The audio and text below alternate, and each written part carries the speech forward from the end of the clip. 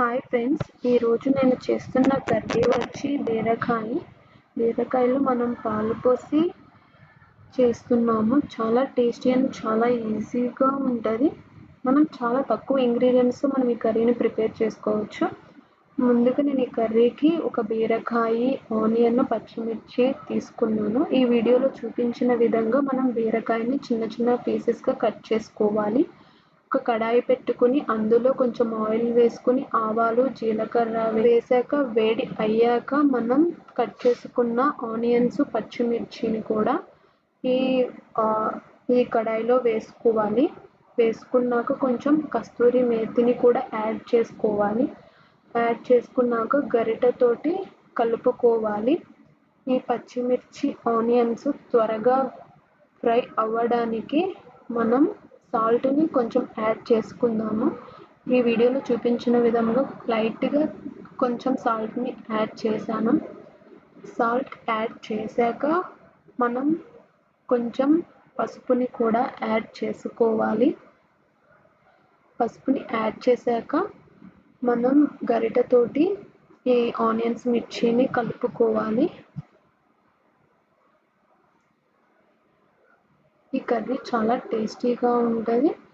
మనం ఆనియన్స్ కలుపుకున్నాక మూతని పెట్టుకోవాలి. మూతని పెట్టుకున్నాక ముందుగా కట్ చేసుకున్న బీరకాయ ముక్కలను ఈ ఆనియన్స్, పచ్చిమిర్చి వేగాక అందులో వేసుకోవాలి. బీరకాయ ముక్కలని వేసాక మనం కలుపుకోవాలి గరిటెతోటి.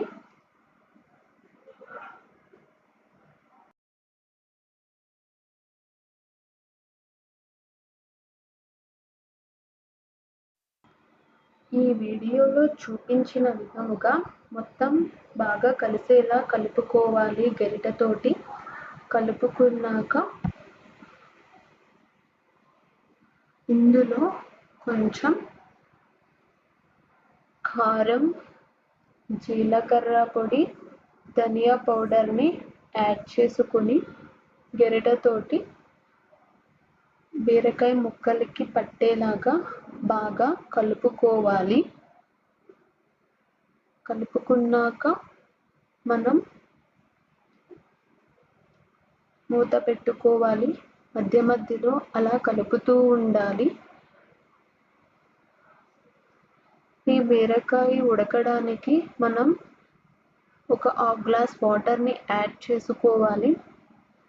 వాటర్ బాగా వేడి అయ్యాక మధ్య మధ్యలో కలుపుతూ ఉండాలి. మూత పెట్టుకోవాలి.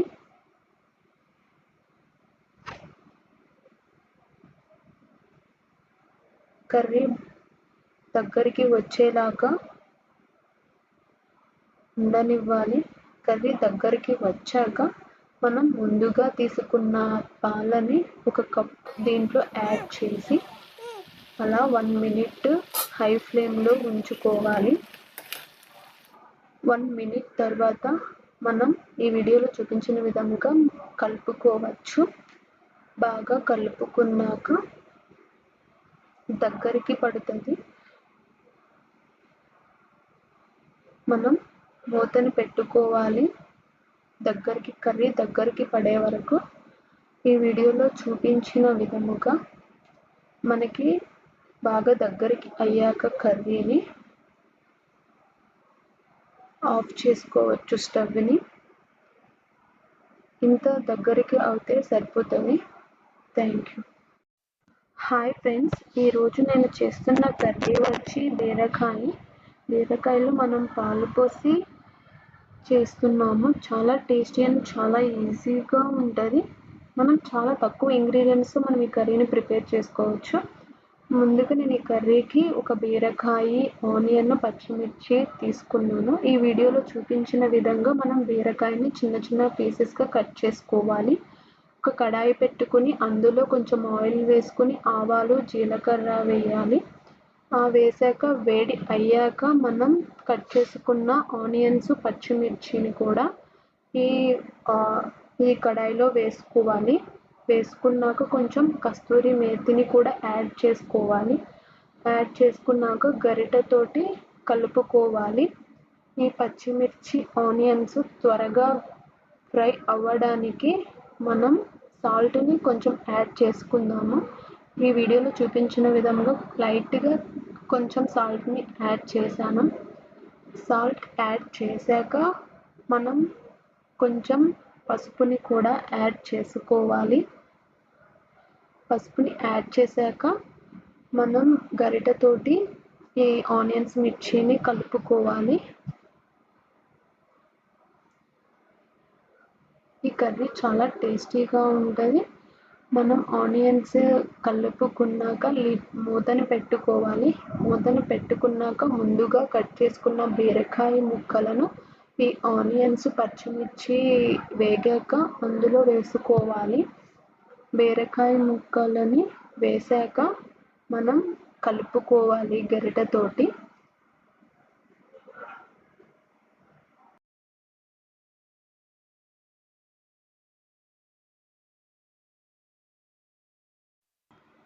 ఈ వీడియోలో చూపించిన విధముగా మొత్తం బాగా కలిసేలా కలుపుకోవాలి గరిటెతోటి. కలుపుకున్నాక ఇందులో కొంచెం కారం, జీలకర్ర పొడి, ధనియా పౌడర్ని యాడ్ చేసుకుని గరిటెతోటి బీరకాయ ముక్కలకి పట్టేలాగా బాగా కలుపుకోవాలి. కలుపుకున్నాక మనం మూత పెట్టుకోవాలి. మధ్య మధ్యలో అలా కలుపుతూ ఉండాలి.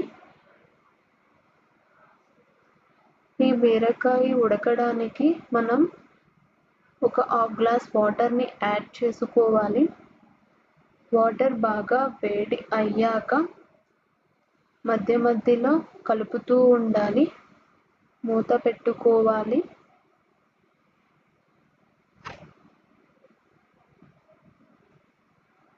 కర్రీ దగ్గరికి వచ్చేలాగా ఉండనివ్వాలి. కర్రీ దగ్గరికి వచ్చాక మనం ముందుగా తీసుకున్న పాలని ఒక కప్ దీంట్లో యాడ్ చేసి అలా 1 మినిట్ హై ఫ్లేమ్లో ఉంచుకోవాలి. 1 మినిట్ తర్వాత మనం ఈ వీడియోలో చూపించిన విధంగా కలుపుకోవచ్చు. బాగా కలుపుకున్నాక దగ్గరికి పడుతుంది. మనం మూతని పెట్టుకోవాలి.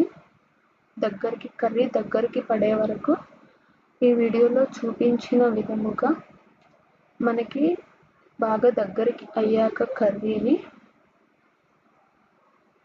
ఆఫ్ చేసుకోవచ్చు స్టవ్ని.